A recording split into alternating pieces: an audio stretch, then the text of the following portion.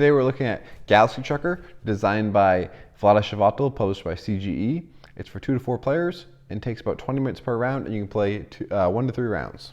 So in this game, each player will be building a spaceship. We'll start the timer, and you will take tiles from the center. You pick it up, you bring it over your ship and reveal it, and you decide if you want to place it or put it back. So when you place tiles, there's a few rules you need to follow. You can't have the single pipes and the double pipes line up. You can have the universal go to anything, you can have single go to single, you can have double go to double. Additionally, you can't have pipes go into a spot of a tile with no pipes. And also, you can't put a piece directly in front of a cannon or directly behind an engine. You also need to follow the constraints of your ship, obviously. Once you're done building, you'll take whichever number tile you choose, which will determine turn order. And once everyone's taken them and the time has been flipped again and run out again, we'll start placing stuff on our ship. So you place 2 crew in each of your cabins. You place batteries out. And if you have a cabin with an alien life support, either the pink one or the brown one, you can choose to put an alien there instead of the 2 crew. They'll give you special benefits. So once we've done that, we'll take these cards and we'll shuffle them all together, and we will go through the adventure deck. So the first type of card you might see are enemies. There's slavers, pirates, and smugglers. They all work quite similar, you just make you lose different things.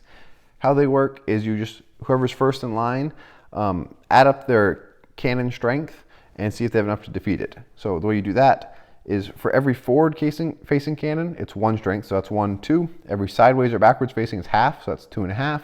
If you have a purple alien, it adds another 2, so that's 4.5.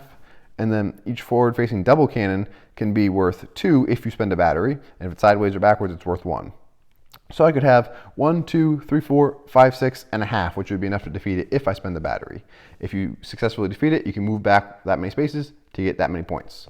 If you can't defeat it, you suffer the penalty, which is losing crew, taking some gunshots, or losing some goods. Next type of card makes you lose flight days, aka go back on that track, for exposed connectors. So in this situation, I have 1, 2, 3, 4, 5, 6, 7 exposed connectors, so I'd go back 7 spaces. Next up is planets. Whoever is first in line will choose which planet they want to go to. If they want to go to one, they will take the corresponding goods. So maybe I'll go there, get 2 green goods, place them on my ship somewhere, and go back that many spaces. They'll be worth points at the end of the round. Then there's open space cards. You add up your engine strength. So 1 for a single, 2 for a double if you spend a battery, and plus 2 if you have a brown alien, which I don't. So right now I just have 1 unless I want to spend that battery, and you move forward on that track, the corresponding number of spaces. If you can't get a single engine strength, you are eliminated from the flight and you have to give up. Abandoned stations. If you have that many crew, you can go back that many spaces to get some goods. Abandoned ships. You have to give up that many crew, remove them from your ship, and go back that many spaces to get that many points. Meteors. They're quite important. How they work is you just roll the dice. So I rolled an 8, and it's a big meteor, so it comes right here. And normally it would hit and destroy this piece and remove it, but since I have a cannon here, it can shoot the big meteor. If it was coming from the side, the ones on the side can shoot in that in that row or an adjacent row. And the double ones still need to have a battery spent to activate them.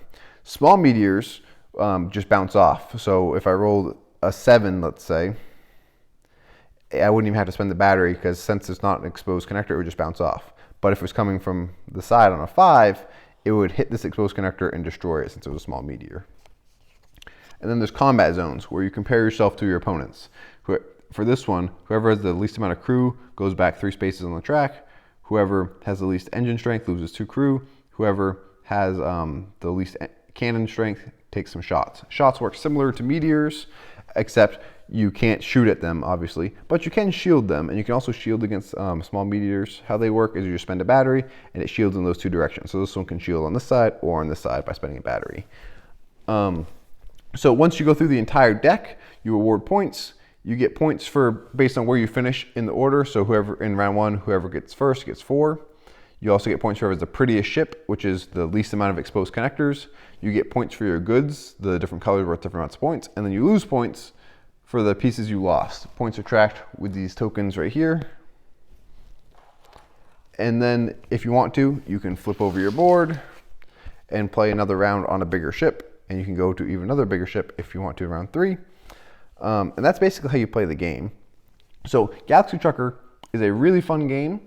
I like the craziness of building the ship, and you'll be looking for pieces and you'll be trying and not find the one piece you need, or you think you build a really good ship and like the first card you flip over completely destroys it, and it's really fun just watching people's ships get destroyed. I also really like the rulebook in this game. It's a very well done rulebook, and it was actually fun to read, which most rulebooks I can't say that about. And if you're not sure if this game's for you, I'd highly recommend you try out the app. It's one of the best board game apps out there. It's very fun. It has a great campaign, and it teaches you how to play quite well, and it gives you a good feel of the actual game, and then you can go out and buy it if you want. And if you like the game, there's tons of expansions out to get more ships that you can build and more pieces and more cards.